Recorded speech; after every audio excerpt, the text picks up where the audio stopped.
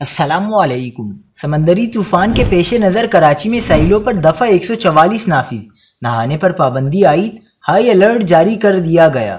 کیا آپ حالات حاضرہ سے آگاہی حاصل کرنا چاہتے ہیں؟ خبر کے پیچھے چھپے اصل حقائق جاننا چاہتے ہیں تو ابھی سبسکرائب کیجئے جلمل پاکستان کو اور ساتھ ہی گھنٹی کے نشان پر کلک کر دیں۔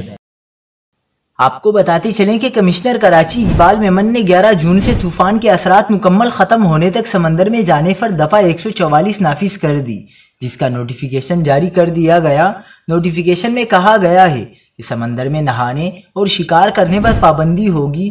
سمندری طوفان بائے پر جو آئے کراچی کے جنوب سے 910 کلومیٹر دور ہے۔ چیف میٹرولوجسٹ سردار سرفراز نے طوفان کے حوالے سے بتایا کہ بحیرہ عرب میں موجود انتہائی شدید سمندری طوفان شمال اور شمال مشرق کی جانب بڑھ رہا ہے۔